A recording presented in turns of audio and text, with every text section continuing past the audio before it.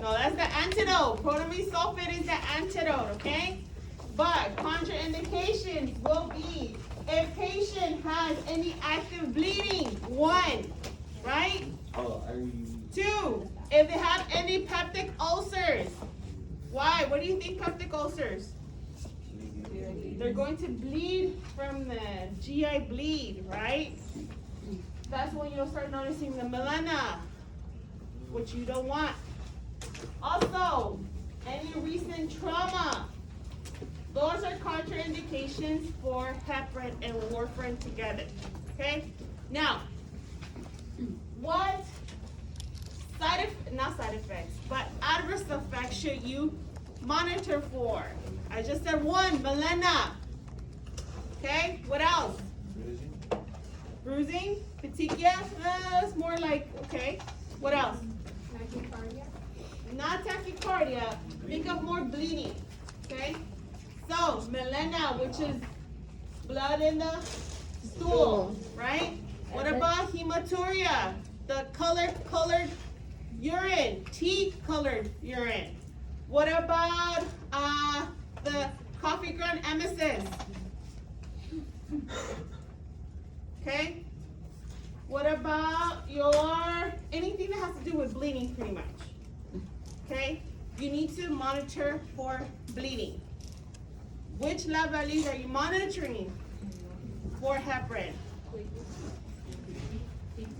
PTT. Okay? Heparin, you will be checking for PTT. Now, what should your patient teaching include?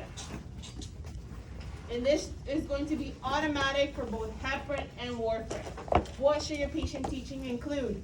Contact sports. Avoid contact sports, okay? With the toothbrush and all that? What toothbrush? Soft bristle toothbrushes. What else? Electric shaver. Electric shaver. What else? Can notify that you going to have surgery or something. Okay, before surgery, some they are going to stop it, right? So alert bracelet? I'm sorry? Alert bracelet? Not necessarily. They're gonna Pharm. not necessarily, but what soft bristle toothbrushes, no flossing, electric razor, okay? No IM injections, no enemas, okay? Anything that's gonna be invasive and cause bleeding, you want to prevent and not use with your patients, okay? Make sense? Mm-hmm.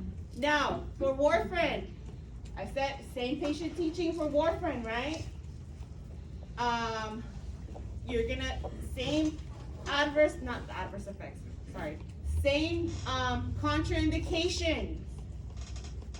Now, the only difference between warfarin and heparin is the antidote and the labs. What labs will you be checking for warfarin? What is it? PT and INR. You'll be checking 2. I always tell students, you need 2 to go to war, 2 to go to war, 2 to go to war. Meaning you'll be checking 2 lab at least for warfarin. Okay? PT INR. Yes. No. PT. And INR? Yes.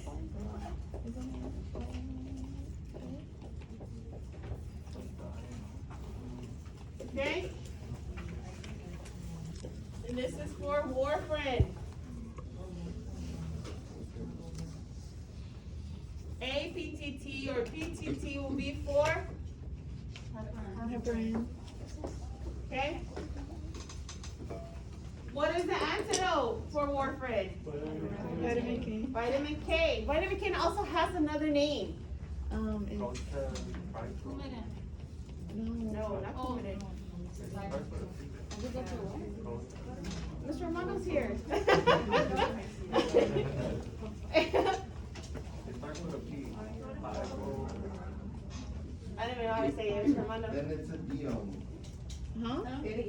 Phenetadione. It's not a F, it's PH. Bennett? Can you spell it? Oh, you already have one. I think I'm saying it right. I can spell it. I should be able to spell it right. I don't even know if I'm pronouncing it right, but it's spelled like this. Oh, yes. It's the technical name for the vitamin.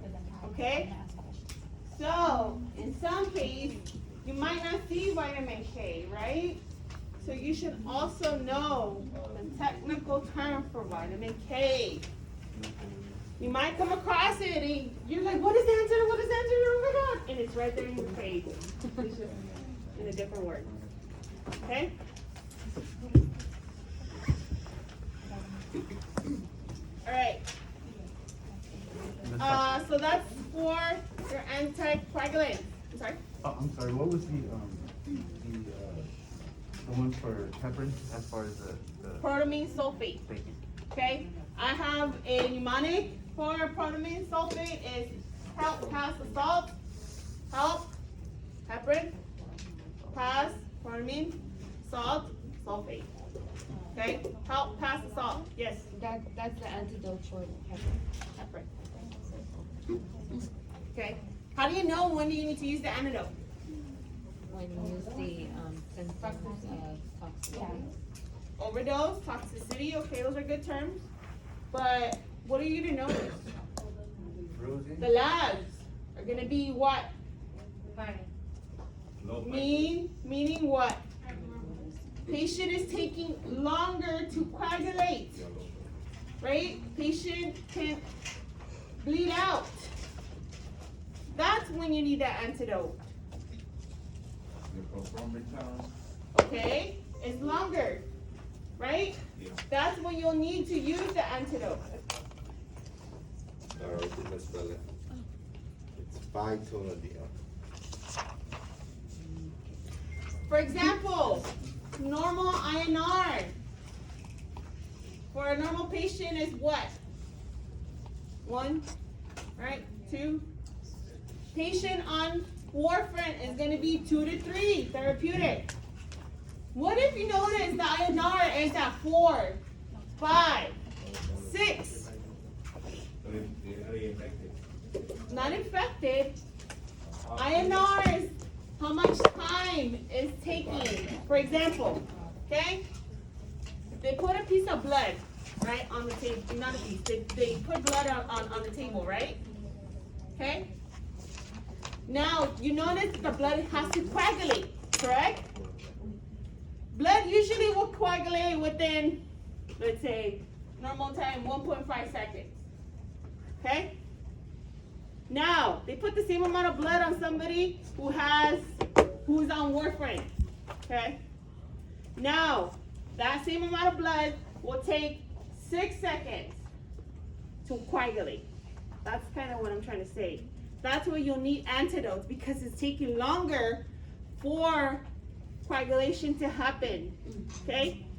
And patient is at risk for bleeding.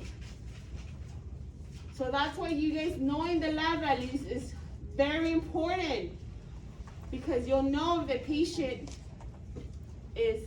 patient needs the antidote. You know, it's gonna have active bleeding. Make sense? Okay. And if on warfarin, it'll be 2 to 3 seconds, a little higher than average. Yeah. Okay, sure. It's not seconds, but that's how The I'm trying measurement. to Okay. I'm trying to explain it to make They'll sense for you guys. coagulate faster, is that what you're saying, with the warfarin and the heparin? I'm sorry? They'll coagulate faster, is that what you're saying, with the warfarin? No, A little slower. Slower? Okay, And if it's so really maybe- slow, then it's something's wrong. Yeah. Yeah. That's why it's hard. That's why bleeding is very dangerous for patients because it takes longer for them to stop the bleeding. You know what I mean? But the clot, Yes. actually stop, yeah. Okay, thank you. That's why antidotes are very important. Now, question. If patient is on warfarin and the antidote is vitamin K, right? Does that mean that they can stop? They have to stop eating vitamin K, like leafy greens and all of that? Not do extra, don't do anything. They can have some. Very little every day, but very little at the same time, okay? They can't have it throughout the day, all day, 3 times a day. You can only have it one time, but very little, okay? You don't just stop it completely. They had a lot, so consistently. Then yes, and you need to reinforce patient teaching. Okay.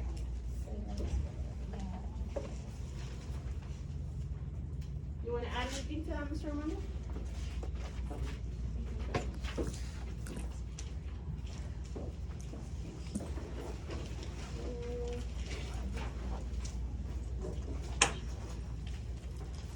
Oh, it's just you went over for an animal friend? Yeah. It's just, again, I'm not sure if you've heard this, the routes of administration, just so you guys know, Oh, yes. warfarin, so it's like they're both nearly doing the same thing, they do affect a different component of the blood, but they're nearly doing the same thing. So why have both options, right? Why do we give some warfarin and some heparin? And the answer is, warfarin is only oral. So it only comes in pill form, like a tablet. Heparin is only IV and subcutaneous. So that's the difference that you'll see in it. Now, and then again, they basically do the same thing. They affect different parts of the blood, but that won't be like questioned on it. It's just the lab that you need to know based on what it's affecting. The other thing is they'll ask you sometimes. So what is like patient teaching apart from right? Don't eat vitamin K, like leafy green vegetables, like some fruits as well. Like even the green ones like avocados. Anything that's basically very, very green contains a lot of vitamin K. The other thing is if they are on it, what can they use? And I'm sure this you guys have heard of, right? The soft toothbrush, no contact, or basically anything that's gonna make them bleed, you can't do that. So electric razors is usually what they'll say that they need to use. Don't use the manual razors. They'll ask us to avoid that. And the last thing as well is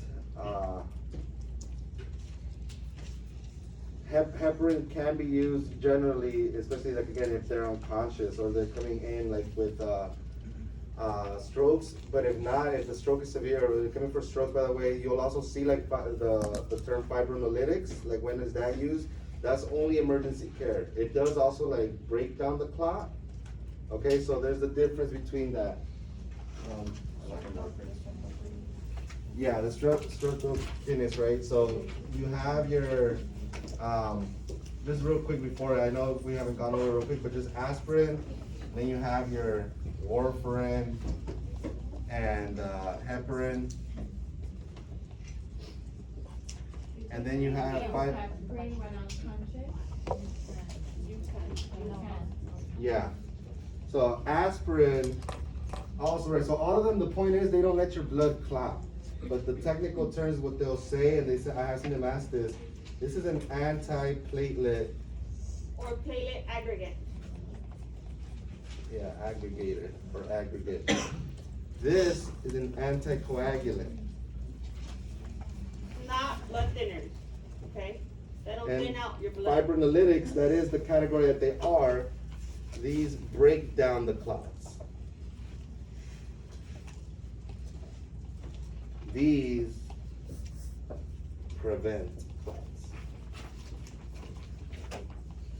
Does that make sense? So someone's having a stroke because they have maybe like a clot somewhere in the brain, then you give them, they're gonna do fibrinolytics. Now we don't do this. This is emergency care. Like doctors are the ones who will administer fibrinolytics generally.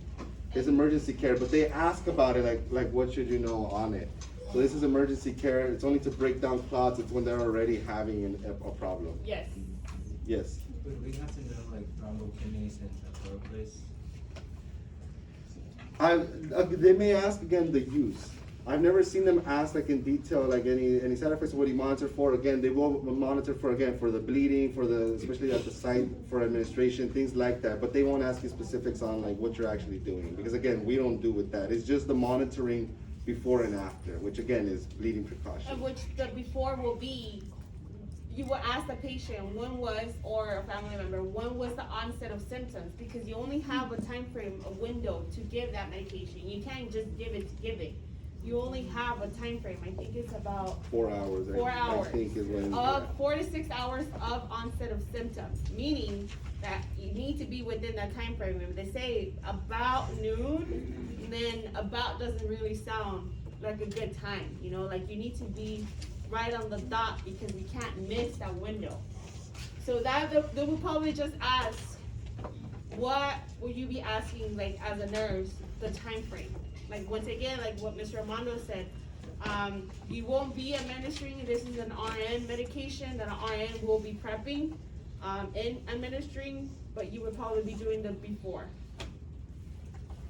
And then again, they'll ask again, what's the use for? So remember, the first two, or again, even aspirin, is used as to prevent clots, and so is heparin and warfarin. They're not used to treat the clots. So if they say that they already have one, or they have like DVT, right, and they have thrombus formations, things like that, you're gonna use this to prevent from it like getting worse or from them like getting more, but it's not, excuse me, it's not used to treat it. Does that make sense? It won't break it down. Or the fibrinolytics are the ones that are gonna break it down. So just that key thing I've seen them sometimes point out. Any questions? Good. Is fibrinolytics the same thing as thrombolytics?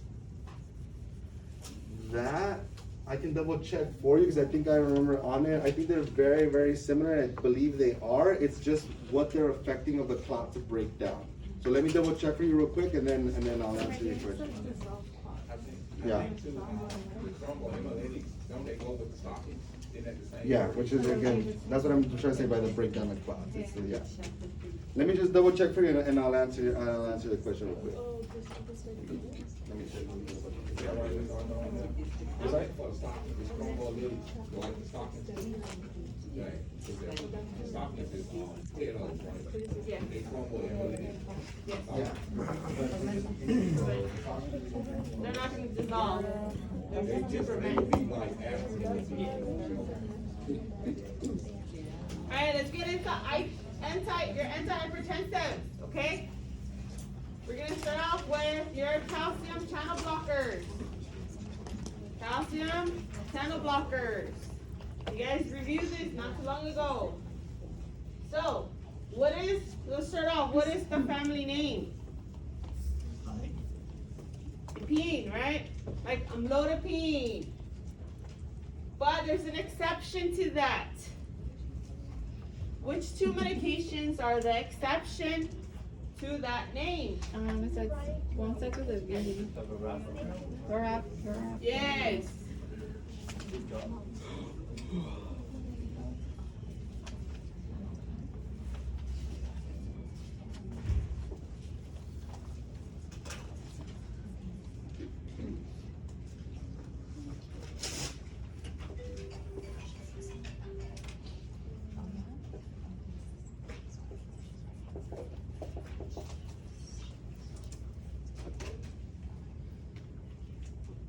So, the P, like amlodipine, and nifedipine, and we said there's two exceptions to that.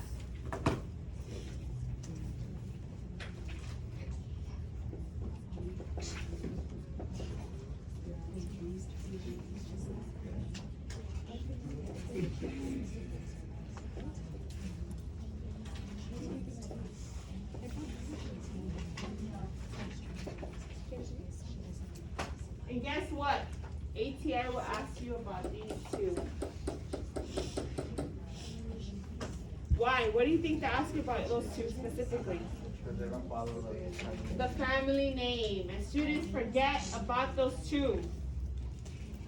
Right, Mr. Armando? They ask about those two? I usually see verapamil.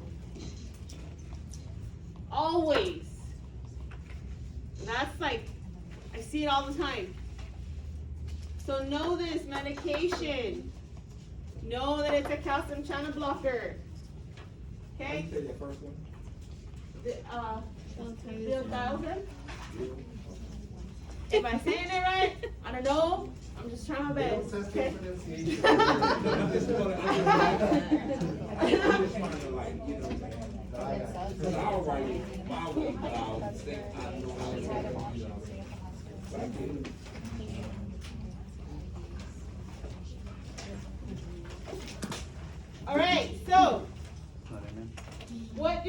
calcium channel blockers do? Good They block what? Calcium channels in the myocardium, SA, AD. That will what? Decrease force in the contractions. So with that being said, what else would it do? Yes? I'm sorry, can you repeat that again?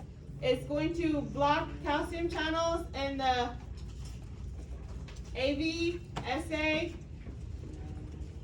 and the myocardium to decrease the force of contraction. So with that being said, what do you think it's gonna do? It's gonna lower heart rate as well, right? Not only is going to lower blood pressure, but lower heart rate. Okay?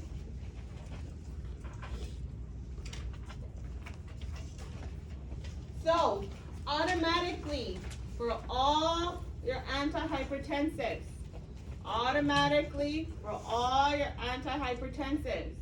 you should include patient teaching of orthostatic hypotension. Automatically, know that, stick with it, okay? So, for orthostatic hypotension, what is your patient teaching? Move up slowly, get up slowly. So, rise slowly, dangle your feet, right? Okay, Ms. Jaya, yes. can you explain us one more time the patient For orthostatic? So you can't get up too quick because patient is going to faint, okay? So you have to tell them that they need to move slowly. So when they're laying down, you can't just, you know how if you're in a rush, you spring out of bed and you go about your day. If they do that, they're gonna collapse. So you gotta tell them that they need to move slowly, okay? So for their, if they like get up fast, they gonna have like drowsiness and Yes. dizziness? Okay?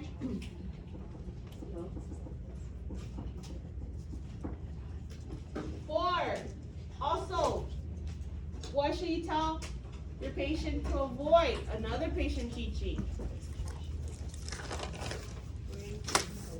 Avoid grapefruit juice or grapefruit, period. Why do you think it's that? Decreases, Gonna what? decreases the absorption. It's gonna actually decrease blood pressure more. It's gonna overcorrect the blood pressure. The level of the calcium channel Yes. blocker decreases the level. Yes. So it's gonna overcorrect the blood pressure, okay, which we don't also wanna do, So okay? it makes it absolve faster and it acts faster, pretty much? The grapefruit juice with verapamil, the problem is it like causes toxicity, like it increases the level of it. Yeah. Does that make sense? Oh, Kind of, you yeah. can almost think of it like it is making it like its effect stronger.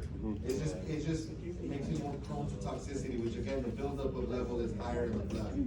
The more you have, the more calcium channels are being blocked, the more likely you are again to have either the bradycardia or anything, or reflex tachycardia.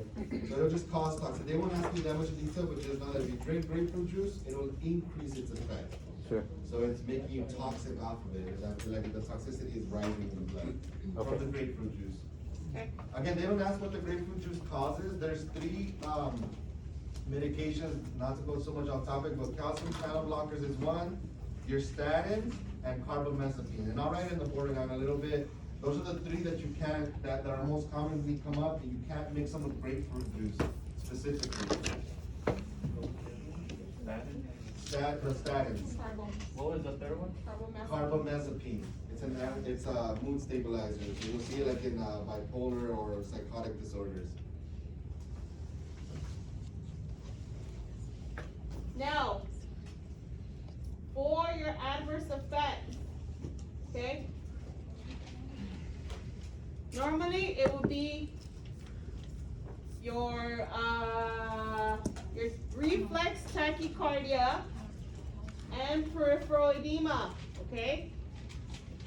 But specifically for Dilthousand and verapamil, okay, is going to cause bradycardia. For those two, bradycardia. Only for those two. For the verapamil verapamil, Yes. that's the adverse, is that what you said? So you want to add bradycardia to that one, the peripheral, the orthostatic.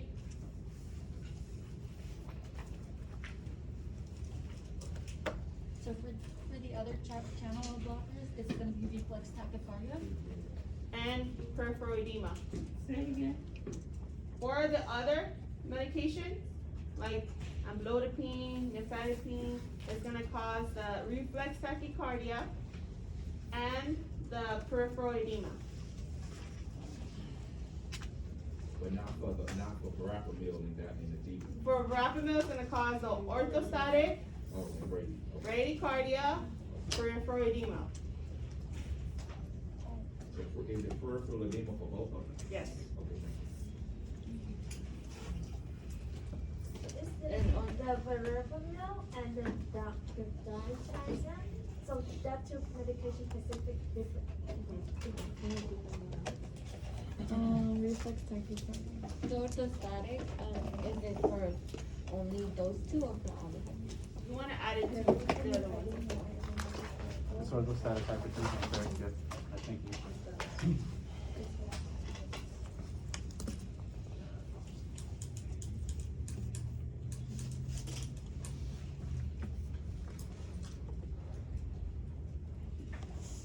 Anything else you wanna add for calcium channel blockers? Just know that you guys will see them probably as well, where these will come up, just to keep bear in mind. They are mainly blood pressure medications. You'll also see them in your OB for pregnancy. Oh, yes, this Yeah. one, for OB, Especially nifedipine. yeah. You'll see it for OBP because they can have hypertension due to the pregnancy. It's like pregnancy-induced hypertension. Gestational hypertension. And this is what they'll phrase that, so don't be like kind of weirded out when you start seeing it in OBP. It still is the same thing, it affects blood pressure. It's a medication that's used to help in pregnancy and So hypertension. in other words, it's safe during pregnancy, okay? Your book will say that the safety hasn't been established in ATI, but then you'll see it come up in OB. It Yeah. is typically used, so just go off of that. I know, like a lot of medications are always gonna say in there that they're keeping with pregnancy, but we'll point out the specific one that they'll say like, no for pregnancy. And when you hit OB, you'll see those. This is regularly used, to help with BP and OB. You mean the calcium channel blocker? The calcium channel blockers, yeah. Usually you'll see a verapamil or again, nifedipine as well.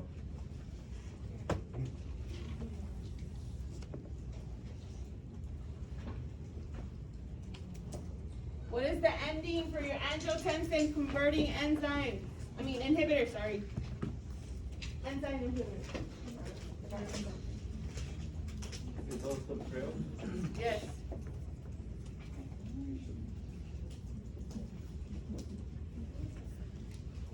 Which is like captopril, right? Enalapril, ramipril.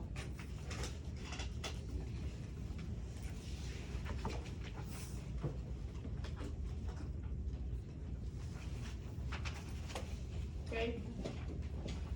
Now, I'm gonna put a little star because this is captopril, the one that gets asked about the most.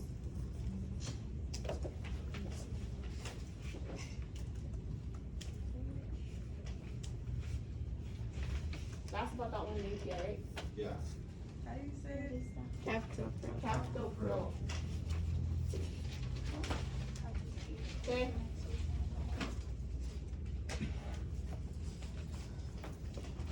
So, for these, I want you to think of kind of like ACE, right?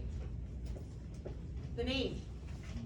So we have the angioedema. Now the cough. And then the E, I know it doesn't really go with it, but it will be high vitamin K.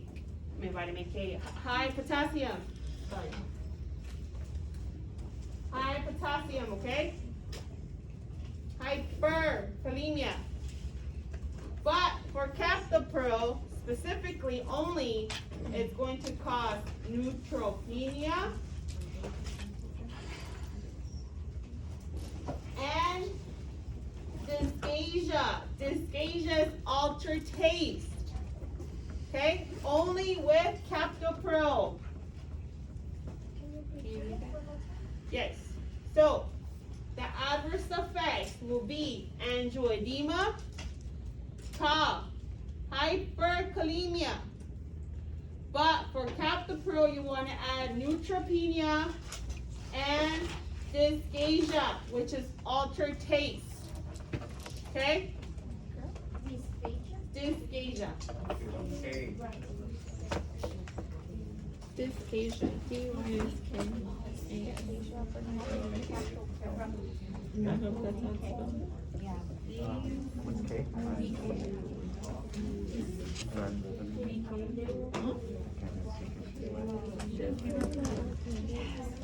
Oh, that's high potassium. And then the E doesn't stand for what it should, but for the E it's high potassium. You wanna go break? Once we finish That's how I heard it. Okay. And then just finish it up. Equals high potassium, and the sub arrow on the K.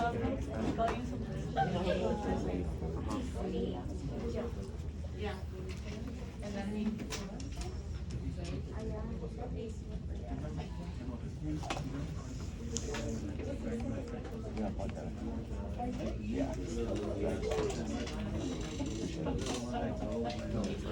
Okay? Does that make sense? Can I ask what does dysphagia mean? Altered taste.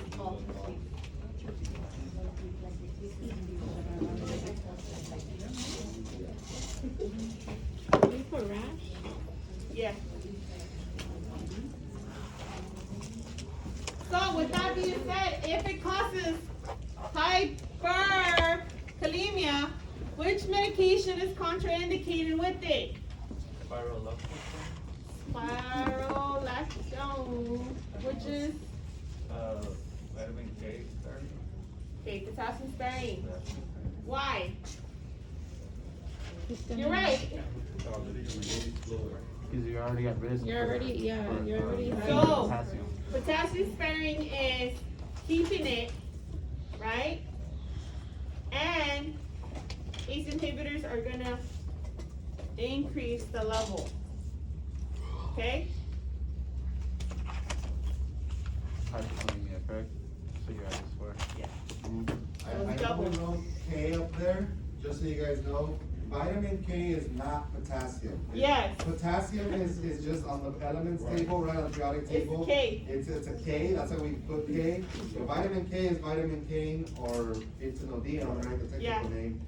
And then potassium is potassium, let's not confuse vitamin K with potassium. Yeah. Yes. Yeah, okay? So what's the name of the medication that's contraindicated? Spirolactone. Please, yes. It's SP, SPIRONO